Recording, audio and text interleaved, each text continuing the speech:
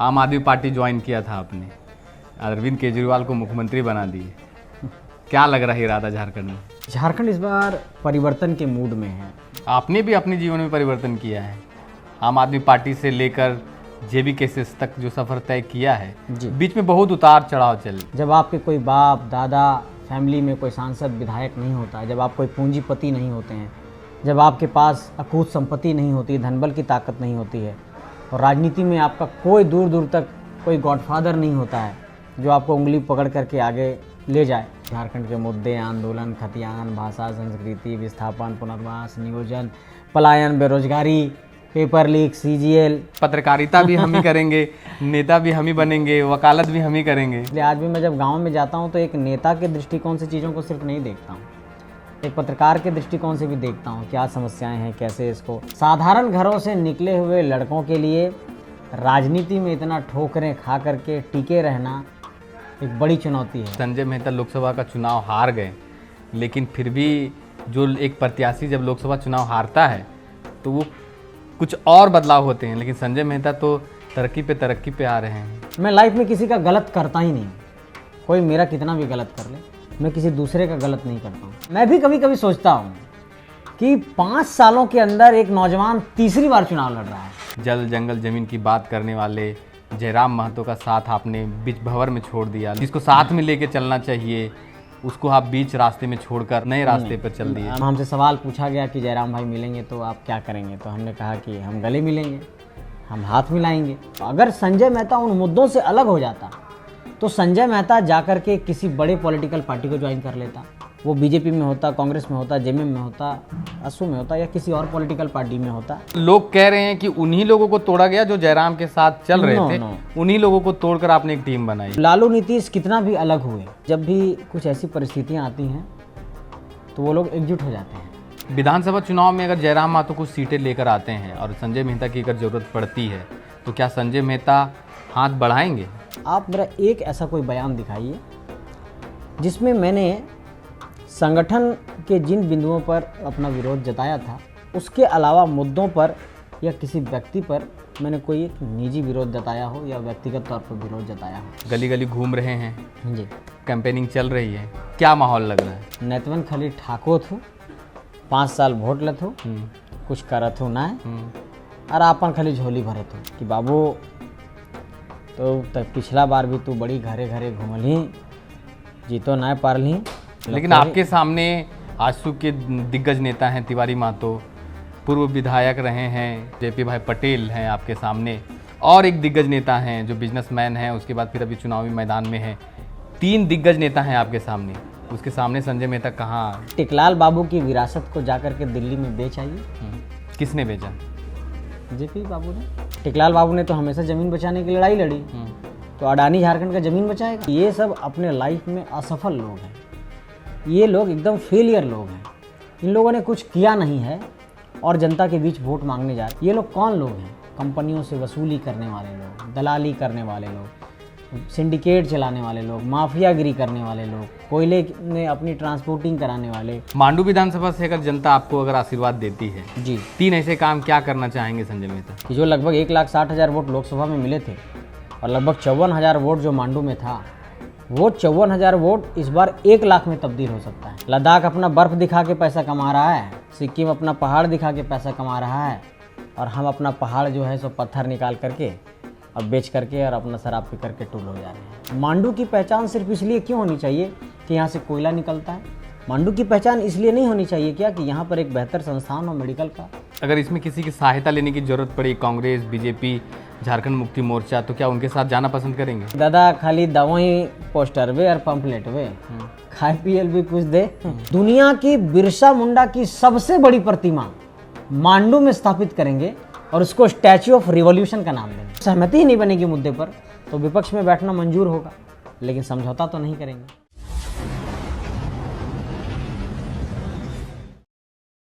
पेशे से पत्रकार, आम आदमी पार्टी, जेबी केसेस, जेल कैम्प, फिर से जेबी केसेस, फ्रेम में हमारे दिख रहे हैं, परिचय के मोहताज हैं नहीं। संजय मेहता हैं हमारे साथ। दादा सबसे पहले तो जोहार। जोहार आपके तमाम दर्शकों को और तमाम झारखंड वासियों को बहुत बहुत मेरा झारखंडी जोहार। आम आदमी पार्टी ज्वाइन किया था आपने, अरविंद केजरीवाल को मुख्यमंत्री बना दिए, क्या लग रहा है इरादा झारखंड में? झारखंड इस बार परिवर्तन के मूड में है। सिर्फ मांडू विधानसभा सीट की मैं बात नहीं कर रहा हूँ जहाँ से मैं लड़ रहा हूँ। झारखंड के सभी सीटों पर और झारखंडी जनमानस के बीच एक ये संदेश गया है कि एक बदलाव इस राज्य के अंदर होना चाहिए, लेकिन बदलाव किस रूप में होना चाहिए इस दृष्टिकोण पर आपको जाना होगा। अब आप कहेंगे कि क्या अभी हेमंत सोरेन जी की सरकार है तो क्या भारतीय जनता पार्टी की सरकार लाने के बदलाव की बात कह रहे हैं, क्या कोई नई सरकार बनाने की बात कर रहे हैं? इस बार जो बदलाव की बात है वो सीटों के आधार पर है। जो सीटों पर नेतृत्व करता रहे हैं, 81 सीटों पर जो विधायक रहे हैं, इस बार जो बड़ी पॉलिटिकल पार्टियों ने एक गलती की कि पुराने कैंडिडेट्स को ज़्यादा से ज़्यादा इन्होंने रिपीट किया है। तो सीटों पर परिवर्तन होना है और मुझे लगता है कि जो लोग वहाँ पर संघर्ष कर रहे हैं, नए नौजवान, वैसे लोगों को इस बार लाभ मिलने वाला है। आपने भी अपने जीवन में परिवर्तन किया है, आम आदमी पार्टी से लेकर जेबी केसेस तक जो सफर तय किया है, जी। बीच में बहुत उतार चढ़ाव चल नहीं, क्या रहा? इस पर बहुत लोगों को एक कन्फ्यूजन है, उस पर मैं थोड़ा सा क्लैरिटी लाता हूँ। दरअसल जब मैं इंडिया अगेंस्ट करप्शन में था और उसके बाद जब झारखंड विधानसभा का चुनाव हुआ 2019 में, तो मेरे अंदर ये जिज्ञासा जगी कि चुनावी राजनीति की एक समझ को पैदा किया जाए। जब आप किसी राजनीतिक घराने से नहीं होते हैं, जब आपके कोई बाप दादा फैमिली में कोई सांसद विधायक नहीं होता है, जब आप कोई पूंजीपति नहीं होते हैं, जब आपके पास अकूत संपत्ति नहीं होती, धनबल की ताकत नहीं होती है और राजनीति में आपका कोई दूर दूर तक कोई गॉडफादर नहीं होता है जो आपको उंगली पकड़ करके आगे ले जाए, तो आपको एक रास्ता तलाशना पड़ता है कि कहाँ से शुरुआत की जाए। तो उस वक्त हमको लगा कि आम आदमी पार्टी एक बेहतर विकल्प हो सकता है और चूँकि आम आदमी पार्टी इंडिया अगेंस्ट करप्शन इससे एक पुराना संबंध रहा है मेरा, तो हमने आम आदमी पार्टी के समक्ष ये प्रस्ताव रखा कि मैं चुनाव लड़ना चाहता हूँ। तो 2019 में उन्होंने मुझे टिकट दे दिया। तो वो चुनाव मात्र मैं 16 से 17 दिनों में लड़ा था। उस वक्त मैं मुंबई में था, फिर दिल्ली गया, झारखंड आया, टिकट लिया, चुनाव लड़ा और 17 से 18 दिनों में वो चुनाव लड़ा था। कोई तैयारी नहीं थी, कुछ नहीं थी, बस सिर्फ एक टेस्ट था कि चुनाव कैसे लड़ा जाता है, पूरी प्रक्रिया क्या है, ये समझने का, सीखने का एक वो अपना एक जरिया कह सकते हैं। और उसके बाद शुरू हुई असल राजनीति। झारखंड के मुद्दे, आंदोलन, खतियान, भाषा, संस्कृति, विस्थापन, पुनर्वास, नियोजन, पलायन, बेरोजगारी, पेपर लीक, सीजीएल, तमाम तरह के मुद्दों पर फिर लड़ाई। बीच में एक और ठहराव आता है, पत्रकारिता में भी आप आते हैं। हाँ। कुछ दिन तक पत्रकारिता चलती है। पत्रकारिता तो मेरा कभी मरा नहीं है, आज भी नहीं मरा। आज भी मैं लिखता हूँ, जब भी मैं फ्री रहता हूँ तो मैं आज भी कभी कभी लिखना शुरू कर देता हूँ। इवन कि अगर मुझे कुछ लगता है कि कोई रिपोर्ट है तो कोई रिपोर्ट लिख करके अपने जो हमारे जर्नलिस्ट फ्रेंड्स हैं उनको मैं बता देता हूँ या उनको लीड्स दे देता हूँ कि यहाँ पे ये रिपोर्ट की जा सकती है, यहाँ पर आप इसको कवर कर सकते हैं। तो चूँकि मास कम्युनिकेशन में ही मेरी डिग्री हुई, उसी में मेरा फिर पीजी भी हुआ, तो जब आप कहीं ना कहीं जब उसकी एक पढ़ाई कर लेते हैं और उसको थोड़ा जीते हैं तो एक पत्रकार के अंदर, पत्रकार कभी मरता नहीं है, तो मेरे अंदर का भी पत्रकार कभी मरेगा नहीं। इसलिए आज भी मैं जब गांव में जाता हूं तो एक नेता के दृष्टिकोण से चीज़ों को सिर्फ नहीं देखता हूं, एक पत्रकार के दृष्टिकोण से भी देखता हूं क्या समस्याएं हैं, कैसे इसको। और उसका एक बड़ा फ़ायदा ये है कि जनता की समस्या को एक राजनीतिक नेता के तौर पर हम तो उठाते ही हैं, बट एक बड़ा फ़ायदा ये होता है कि चूँकि एक बड़ा नेटवर्क है अपने बीच पत्रकारों का, तो जनता की उस समस्या को उन पत्रकारों के माध्यम से भी हम उसको रखने की कोशिश करते हैं और अपने तरीके से भी, जो अपने प्लेटफॉर्म से या तमाम तरह। तो क्या होता है कि डबल तरीके से जनता की आवाज़ को उठा पाते हैं, तो एक फ़ायदा भी होता है। वकालत का भी टाइम कैसे निकाल लिया आपने? मतलब इतना बिजी शेड्यूल में फिर से वकालत की डिग्री लेकर आना, फिर कहना, मतलब क्या करना क्या चाहते हैं संजय जी? मतलब देखिए, मैं बताना कहीं पे किसी को जाने की जरूरत नहीं है, मतलब पत्रकारिता भी हम ही करेंगे, नेता भी हम ही बनेंगे, वकालत भी हम ही करेंगे। नहीं, इस पर भी थोड़ा सा क्लैरिटी लाता हूँ, स्पष्टता लाता हूँ। जब आप राजनीति में आते हैं तो पुलिस, कानूनी पचड़े, है ना, आप कह सकते हैं कि आपको किसी तरीके से कहाँ पर फंसाया जाए, केस मुकदमे, जनता की बहुत सारी समस्याएं, ज़मीन की समस्याएं झारखंड में तो बहुत सारी हैं। तो इन सब समस्याओं को जब आप सुनेंगे, जानेंगे, देखेंगे, समझेंगे, तो आपको एक बात ये महसूस होगा कि आपको कानून की जानकारी होनी चाहिए, उसकी समझ होनी चाहिए। तो मुझे लगा कि जब पत्रकारिता की पढ़ाई कर ही लिया तो क्यों ना कानून की भी पढ़ाई की जाए। तो फिर मैंने LLB किया तो एलएलबी किया तो फिर मुझे लगा कि अब क्यों ना कानून में मास्टर की भी डिग्री कर ली जाए। जब पत्रकारिता में भी मास्टर की डिग्री कर लिया तो कानून में भी मास्टर की डिग्री कर ली जाए। फिर कानून में हमने मास्टर की डिग्री की। फिर ऑल इंडिया बार का एग्जामिनेशन होता है, आप प्रैक्टिस करने के लिए तभी एलिजिबल होते हैं। तो फिर ऑल इंडिया बार का एग्जामिनेशन दिया। उसके बाद फिर हाई कोर्ट में झारखंड में अपना इनरोलमेंट कराया। तो ये है, फ़िलहाल तो हाई कोर्ट नहीं जा पा रहा हूँ, व्यस्तता इतनी है चुनावी राजनीति में, तुरंत लोकसभा लड़ना, फिर विधानसभा लड़ना। साधारण घरों से निकले हुए लड़कों के लिए राजनीति में इतना ठोकरें खा करके टिके रहना एक बड़ी चुनौती है। और मैं ये मानता हूँ कि ये चाहे तो ऊपर वाले की कृपा होगी या तो जनता का आशीर्वाद है कि इतने बड़े बड़े मैदान में रणबांकुरे हैं, उसके बावजूद भी हम लोग टिके हुए हैं, लड़ रहे हैं, फाइट कर रहे हैं, उनको चुनौती पेश कर रहे हैं, उनको हमसे घबराहट है, वो घबरा रहे हैं। यही हमारी जीत है और मुझे लगता है कि ये संघर्ष नहीं रुकेगा कभी। लोग पूछ रहे हैं कि संजय मेहता लोकसभा का चुनाव हार गए, लेकिन फिर भी जो एक प्रत्याशी जब लोकसभा चुनाव हारता है तो वो कुछ और बदलाव होते हैं, लेकिन संजय मेहता तो तरक्की पे आ रहे हैं। किस मायने में इस तरक्की की बात कह रहे हैं? मुझे लगता है कि अगर हौसले की बुनियाद पर तरक्की की बात कह रहे हैं तो इस बात से मैं इत्तेफाक रखता हूँ कि हाँ, मेरा हौसला और जज्बा बढ़ा है, लड़ने की ताकत बढ़ी है, लड़ने की जिजीविसा बढ़ी है, लड़ने की चेष्टा बढ़ी है, लड़ने की हिम्मत बढ़ी है।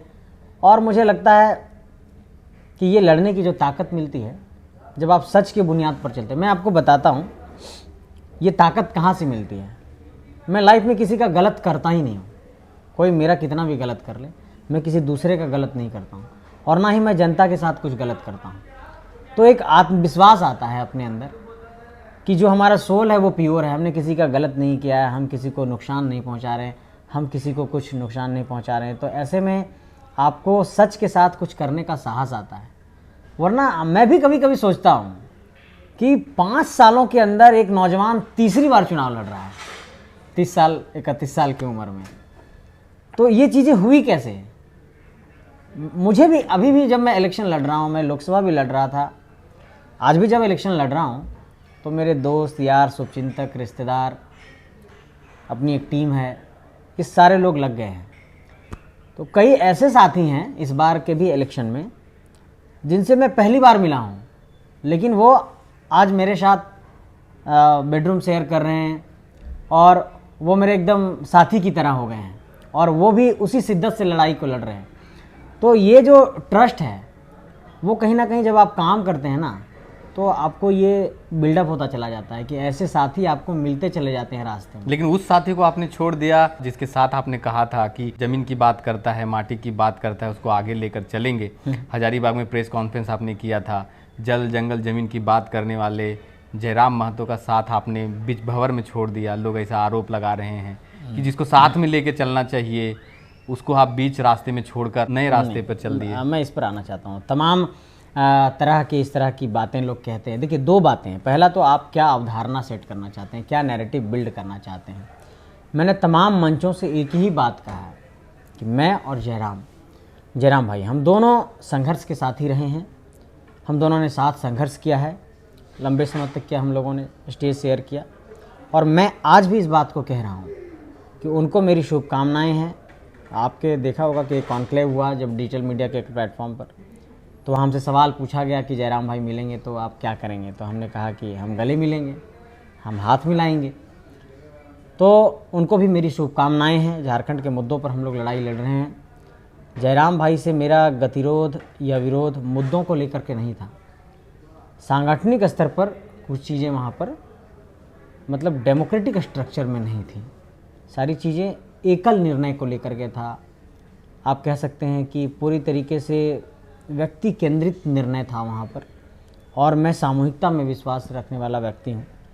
तो इन्हीं सब बिंदुओं को लेकर के मैं संगठन से अलग हुआ, मैं उन मुद्दों से अलग नहीं हुआ। अगर संजय मेहता उन मुद्दों से अलग हो जाता तो संजय मेहता जाकर के किसी बड़े पॉलिटिकल पार्टी को ज्वाइन कर लेता। वो बीजेपी में होता, कांग्रेस में होता, जेएमएम में होता, असू में होता या किसी और पॉलिटिकल पार्टी में होता। और ऐसा भी नहीं है कि उसको ये बात नहीं कहा गया या फिर उसको ये ऑफर्स नहीं आए, लेकिन संजय मेहता ने इन सारे ऑफर्स को दरकिनार करते हुए किनारे में रख दिया और कहा कि नहीं, जिन मुद्दों की हम लड़ाई लड़ रहे हैं उसी संघर्ष को आगे बढ़ाएंगे। और आप सोचिए कि हमने मात्र 1 महीने में अपने संगठन के साथियों को तैयार किया, 16 प्रत्याशियों को मैदान में उतारा और इस पहलू पर लोग नहीं जा रहे हैं, इस पहलू पर भी लोगों को चिंतन करना चाहिए कि जब लेकिन लोग कह रहे हैं कि उन्हीं लोगों को तोड़ा गया जो जयराम के साथ चल रहे थे, उन्हीं लोगों को तोड़कर आपने एक टीम बनाई। नहीं, ये गलत बात है, ये पूरी तरह से गलत बात है। वैसे कोई साथी इसमें नहीं है जिनको हमने तोड़, जी हाँ, इवन कि जो हमारे प्रत्याशी भी हैं वो सब अलग अलग हैं। एक Tata institute of social science से पढ़ी लिखी दीपशिखा कुमारी कांके की कैंडिडेट बनी। बगोदर के जो हमारे कैंडिडेट हैं वो सुप्रीम कोर्ट के एडवोकेट हैं। हमारे धनवार के जो कैंडिडेट हैं वो पहले बिजनेस में थे और वो उन्होंने भी दिल्ली यूनिवर्सिटी से पढ़ाई की। तो ये सारे नए लोग हैं। तो मैं ये कहना चाहता हूँ कि आप जब देखेंगे पूरे हमारे संगठन की प्रक्रिया को, तो संगठन में तमाम तरह के नए लोग आए हैं और वो झारखंड में कुछ करने की चेष्टा रखते हैं, कुछ करना चाहते हैं। वैसे लोगों ने संगठन को बनाया। एक बहुत महत्वपूर्ण बात, देखिए आपको याद होगा कि जब अटल बिहारी वाजपेयी, मुलायम सिंह यादव, ऐसे तमाम तरह के लीडर संघर्ष करते रहे और उसके साथ जो तमाम साथी रहे, तो लालू नीतीश कितना भी अलग हुए, ठीक है, आप देखते होंगे कि जब भी कुछ ऐसी परिस्थितियां आती हैं तो वो लोग एकजुट हो जाते हैं। आप देखते होंगे कि बहुत बड़े बड़े चुनावों में इस बात पर एक सहमति रहती है कि नहीं, ऐसे लोगों को सदन के अंदर जाना चाहिए या फिर ऐसे लोगों को सहयोग किया जाना चाहिए। आप मेरा एक ऐसा कोई बयान दिखाइए जिसमें मैंने संगठन के जिन बिंदुओं पर अपना विरोध जताया था उसके अलावा मुद्दों पर या किसी व्यक्ति पर मैंने कोई एक निजी विरोध जताया हो या व्यक्तिगत तौर पर विरोध जताया हो। आज की तारीख में भी अगर आप देखेंगे तो हम सिर्फ़ और सिर्फ झारखंड में अपने उन्हीं मुद्दों की बात कर रहे हैं। हम किसी व्यक्ति का विरोध नहीं कर रहे हैं कहीं पर भी जाकर के, हम किसी और लोगों का विरोध नहीं कर रहे हैं, हम सिर्फ अपने मुद्दों की बात कर रहे हैं जाकर के। तो आप कह रहे हैं कि आपने छोड़ दिया उनको भंवर में, हमने छोड़ा नहीं है। और मैं ये कहना चाहता हूँ आपको कि अगर भविष्य में जयराम भाई को ये आवश्यकता महसूस होती है कि झारखंड को हम लोग मिल करके बचा सकते हैं, हम लोगों को ताकत को एकजुट करने की ज़रूरत है, ऐसी किसी संभावनाओं पर जब भविष्य में कोई विचार करने की बात आएगी, तो चूँकि अल्टीमेटली झारखंड को बचाना है, वो भी एक झारखंडी, हम भी एक झारखंडी हैं। कोई व्यक्तिगत राजनीतिक लक्ष्य हासिल करने की मतलब लालसा नहीं है, कोई लस्ट नहीं है। ऐसा कोई लस्ट रहता तो किसी भी तरीके से आदमी सिर्फ सांसद और विधायक बनना चाहता। अगर झारखंड का उत्थान अंतिम लक्ष्य है और उसमें आप चाहते हैं कि सामूहिकता के साथ सभी वर्गों का समावेश हो, सभी की सहभागिता हो और ऐसी किसी वैसे संभावनाओं पर एकदम जिसमें इंक्लूसिव थॉट प्रोसेस हो, तो मुझे लगता है कि इन फ्यूचर इन पहलुओं पर भी विचार और चिंतन किया जाना चाहिए, क्योंकि मुख्य तौर पर हमारा उद्देश्य झारखंड और झारखंडियत है और उन मुद्दों की लड़ाई हम भी लड़ रहे हैं, भाई भी लड़ रहे हैं। तो ये चीज़ें जो आप अभी कह रहे हैं वो झारखंड विधानसभा चुनाव से पहले बैठकर बातचीत किया जा सकता था? हाँ, ये बहुत अच्छा सवाल है आपका, लेकिन मैंने कई प्रयास किए। ऐसा नहीं है, मैंने अपने इस्तीफे के बाद, इस्तीफे से पहले तमाम तरह, दरअसल क्या है कि उनसे बातचीत करना ही बहुत टफ है। नहीं, अभी अगर हमने कल ही रामगढ़ के प्रत्याशी का इंटरव्यू लिया, उन्होंने कहा था कि अगर कोई फ़ोन नहीं उठाता इसका मतलब तो ये नहीं है ना कि वो बात ही नहीं करना चाहता या फिर कनेक्शन ख़त्म हो गया। नहीं, तो मेरा कहना ये है कि संवाद की प्रक्रिया बनी रहनी चाहिए ना। अब दरअसल क्या है कि चुनाव से ठीक पहले की बात हो या मेरे इस्तीफे से पहले की बात हो, कई बार हमने प्रयास किया था। इवन चुनाव के बाद भी कई बार हमने प्रयास किया, लोकसभा के बाद, मतलब बहुत प्रयास हुआ। मुलाकात का प्रयास, कॉल का प्रयास, बातचीत करने का प्रयास, वो हो नहीं पा रहा था और ऐसा लग रहा था कि वो बातचीत करने में इंटरेस्टेड भी नहीं है। तो इन परिस्थितियों फिर आप काम कैसे करते?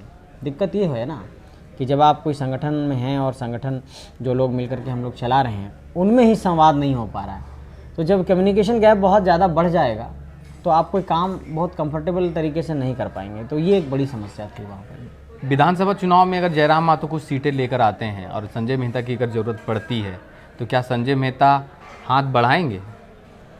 झारखंड और झारखंडियत तो हमारा मुद्दा है और अगर वो ऐसे किसी ताकत के साथ जाते हैं जो झारखंड विरोधी ताकत है तब मैं साथ नहीं रहूँगा। लेकिन अगर झारखंड के मुद्दे पर साथ आने की बात आएगी तो मैं आऊँगा।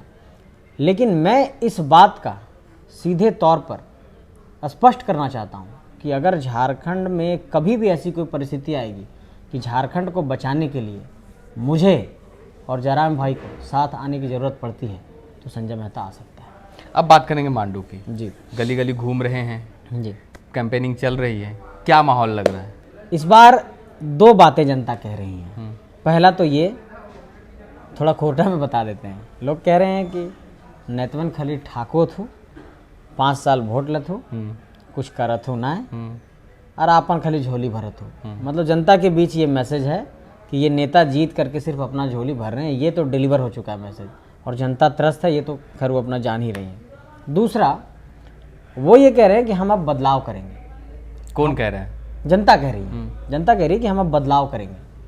लेकिन इसमें एक बड़ा फैक्टर आ जा रहा है, वो धनबल की ताकत। जो जनता कह रही कि बदलाव करेंगे, वो जनता धनबल के प्रभाव में आ जा रही है, और उसका जो वोटिंग पैटर्न है इससे प्रभावित हो रहा है। तो ये एक बड़ी चिंता का कारण है हम लोगों के लिए भी, क्योंकि हम लोगों के पास धनबल की ताकत नहीं है। दारू, मुर्गा, शराब, इस तरह की राजनीति जो चल रही है, वोट खरीदने की राजनीति, ये एक बड़ा चिंता का कारण है। लेकिन जब मांडू के गांव-गांव में मैं घूम रहा हूँ, तो मुझे माँ बहन लोग एक ही बात कह रही है कि बाबू, तो पिछला बार भी तू बड़ी घरे घरे घूमली, जीतो ना पारली, अबरी तोरा जरूर जिता दबो। ऐसा कह रहे हैं? हाँ, इस तरह की बात कह रहे हैं कि तुम्हारा हेलमेट छाप हम इनके सबके याद हो, अब बड़ी तू पिछला बार गाँव में मेहनत कर ली है, फिर तू घूर रही, अबरी तोरा एक बार जिता दबो।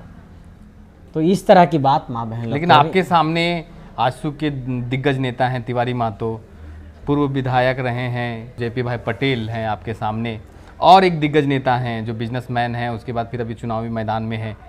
3 दिग्गज नेता हैं आपके सामने, उसके सामने संजय मेहता कहाँ? देखिए, मैं बताना चाहता हूँ, दिग्गज किस मायने में? टिकलाल बाबू की विरासत को जाकर के दिल्ली में बेच आइए। किसने बेचा? जेपी बाबू ने बेच दिया? बिल्कुल बेचा उन्होंने। टिकलाल बाबू की राजनीति झारखंडी मुद्दों पर आधारित थी। वो उस बीजेपी को जाकर के ज्वाइन करते हैं जो झारखंड की ज़मीन को अडानी को दे देती है। टिकलाल बाबू ने तो हमेशा ज़मीन बचाने की लड़ाई लड़ी, तो अडानी झारखंड का ज़मीन बचाएगा? दूसरी बात, फिर वो अपना जाते हैं दूसरे जगह। तो मेरा कहना ये है कि ये दिग्गज किस मायने में हुए? इसी आज 15 नवंबर 2024 की तारीख को आप मेरा इंटरव्यू ले रहे हैं। 15 नवंबर 2000 को झारखंड अलग हुआ, 24 साल पूरा हो गया आज। इन 24 सालों में मांडू विधानसभा क्षेत्र में एक भी महिला कॉलेज नहीं है, विमेंस कॉलेज इस इलाके में नहीं है। उन बेटियों के दर्द और पीड़ा को कौन समझेगा? इनकी पढ़ाई कैसे होगी? बेटी पढ़ाओ बेटी बचाओ का नारा देने से हो जाएगा कि कॉलेज बनाने से होगा? मांडू की पहचान सिर्फ इसलिए क्यों होनी चाहिए कि यहाँ से कोयला निकलता है? मांडू की पहचान इसलिए नहीं होनी चाहिए क्या कि यहाँ पर एक बेहतर संस्थान हो, मेडिकल का बेहतर संस्थान हो, इंजीनियरिंग का, महिलाओं के लिए बेहतर कॉलेज हो, रोजगार के साधन हो, स्किल डेवलपमेंट्स के सेंटर्स हों? इन मुद्दों पर बात क्यों नहीं होती है?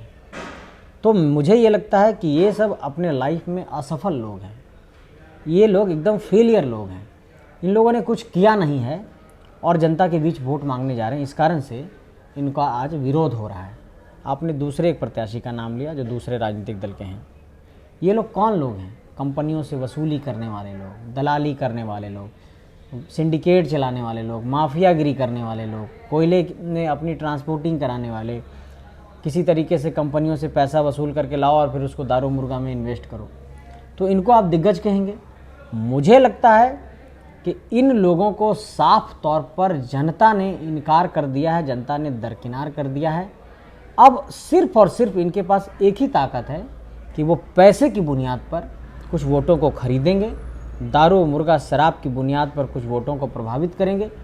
लेकिन जो ओरिजिनल वोटर्स हैं, एकदम ऑर्गेनिक वोटर्स, जो सोच समझकर वोट करते हैं, वो बहुत सोच समझकर वोट करने वाले हैं। और मैं इस बात का आपको विश्वास दिलाता हूँ कि जो लगभग 1,60,000 वोट लोकसभा में मिले थे और लगभग 54,000 वोट जो मांडू में था, वो 54,000 वोट इस बार 1 लाख में तब्दील हो सकता है।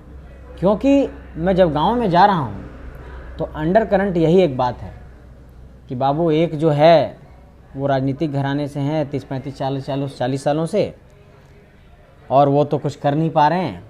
और एक दूसरा आया है, वो भी उसी तरीके का है, कहीं भी मारकाट करने लगता है, लड़ने लगता है।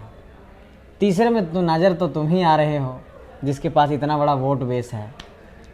तो अंत में तुम्हारे हेलमेट पे बटन दबेगा, चिंता नहीं करना, तुमको तनाव नहीं लेना है। तो जो गांव के बड़े बुजुर्ग हैं जब प्रचार करने जा रहे हैं तो वो कहते हैं कि ये मत सोचना कि हम तुम्हारा झंडा लेकर के नहीं चल रहे हैं, जब ईवीएम में गिनती होगी तो उस गिनती को देख लेना, आशीर्वाद तुम्हें मिलेगा। तो इस तरह की बात अंदर अंदर तैर रही है। लेकिन एक बात आपने कहा, परिवर्तन होगा। एक बात आपने कहा दारू और मुर्गा जी। तो दारू और मुर्गा और धन बल की फैक्टर को कैसे आप क्या रणनीति बनाया है आपने? आज तो उस वोटर को कैसे अपने तरफ मैं बता रहा हूँ, हाँ, ये एक बड़ा चिंता का कारण है। गांव में जा रहा हूँ 7 बजे शाम के बाद तो हालत बहुत ख़राब है, सब शराब के नशे में एकदम पूरी तरीके से धुत हैं। और हम भी जाते हैं प्रचार करने के लिए, अगर रात में 8-9 बजे तक रह गए फील्ड में तो कोई कहेगा कि दादा खाली दवा ही पोस्टर वे और पंपलेट वे, खाए पियल भी कुछ दे। ये वोटरों का एक तरीके से मिजाज बन गया। ये बड़ी चिंता की बात है कि इस तरह से अगर लोकतंत्र तो हाशिए में चला जाएगा। तो ये एक डिग्रेडेशन है, एक मतलब डेमोक्रेटिक डिग्रेडेशन है। तो मुझे ऐसा लगता है कि इसको काटने का एकमात्र तरीका है कि जो गांव घर के बुद्धिजीवी किस्म के लोग हैं, जो गांव समाज को चलाते हैं, उनको अपनी बातों से कन्विंस किया जाए। तो मैं कोशिश यही कर रहा हूँ कि जब गांव जा रहा हूँ तो जो समझदार लोग हैं उनको यही समझाता हूँ कि देखिए 24-25 सालों में एक पूरी पीढ़ी बर्बाद हो चुकी है और आपके पूरे नौजवान जाकर के दिल्ली मुंबई में ऑटो चला रहे हैं। आपका 30-32 साल का बेटा जाकर के दिल्ली में, 35 साल का बेटा जाकर के दिल्ली मुंबई में ऑटो चला रहा है, अपना मजदूरी कर रहा है, प्लास्टर का काम कर रहा है, कैसे भी गुजारा कर रहा है। और उसके यहाँ 2 साल के बच्चे जो हैं किसी तरीके से यहाँ उनकी माँ यहाँ पर गुजारा कर रही हैं। तो ऐसे में अगर इस तस्वीर को बदलना है तो आप लोगों को, अच्छे लोगों को आने का अवसर देना पड़ेगा, नहीं तो अगला 25 साल फिर झारखंड का बर्बाद हो जाएगा। और फिर एक बहुत बड़ा मानव संसाधन झारखंड का जो एक सस्ता श्रम के तौर पर तब्दील हो गया। झारखंड में क्या हुआ पिछले 25 सालों में कि झारखंड के नौजवान एक सस्ते मजदूर में बदल गए और वो एक्सपोर्ट हो रहे हैं बेंगलोर में, मुंबई में, दिल्ली में, और हम सस्ता मजदूर देने वाला राज्य बन गए हैं। हम इस बात को क्यों नहीं स्थापित कर सकते हैं कि जब यहाँ पर बड़ी बड़ी कंपनियाँ आ सकती हैं, इतना भूमि अधिग्रहण हो सकता है, तो इंफॉर्मेशन टेक्नोलॉजी का एक बड़ा हब बन सकता है, एक आईटी पार्क बन सकता है। बेंगलोर में क्या है, आज आईटी सेक्टर के सारे लोग जा रहे हैं ना वहाँ पे जॉब करने के लिए। तो अगर आईटी सेक्टर का कोई हब हम झारखंड के अंदर बनाते हैं तो मुझे लगता है कि जिस तरीके से विस्थापन से नुकसान होता है, आईटी सेक्टर का कोई हब बनेगा तो उस लेवल पर कोई विस्थापन नहीं होगा, उसमें लोगों को जॉब भी मिलेगा और वो एक लॉन्ग टर्म है, उससे कोई बहुत बड़ा प्रदूषण भी नहीं होगा। तो इन सब चीज़ों पर कोई सोचता ही नहीं है। इतनी बढ़िया कनेक्टिविटी है हमारे बीच। आप देखिए झारखंड से गुजरा हुआ हाईवे है आपके सामने, दिल्ली कोलकाता हाईवे है, बरही से बहरागोड़ा हाईवे है, तमाम तरह की कनेक्टिविटी है, एयरपोर्ट भी है, रेल नेटवर्क है। तो क्यों नहीं यहाँ पर आईटी हब बन सकता है? मेरा कहना ये है कि जब झारखंड में सब कुछ हो गया है, ट्रेन का नेटवर्क है, हाईवे का नेटवर्क है, एयर नेटवर्क है, तो इस नेटवर्क का इस्तेमाल किया जाना चाहिए। दूसरा, पर्यटन के दृष्टिकोण से आप कोई काम ही नहीं कर रहे हैं।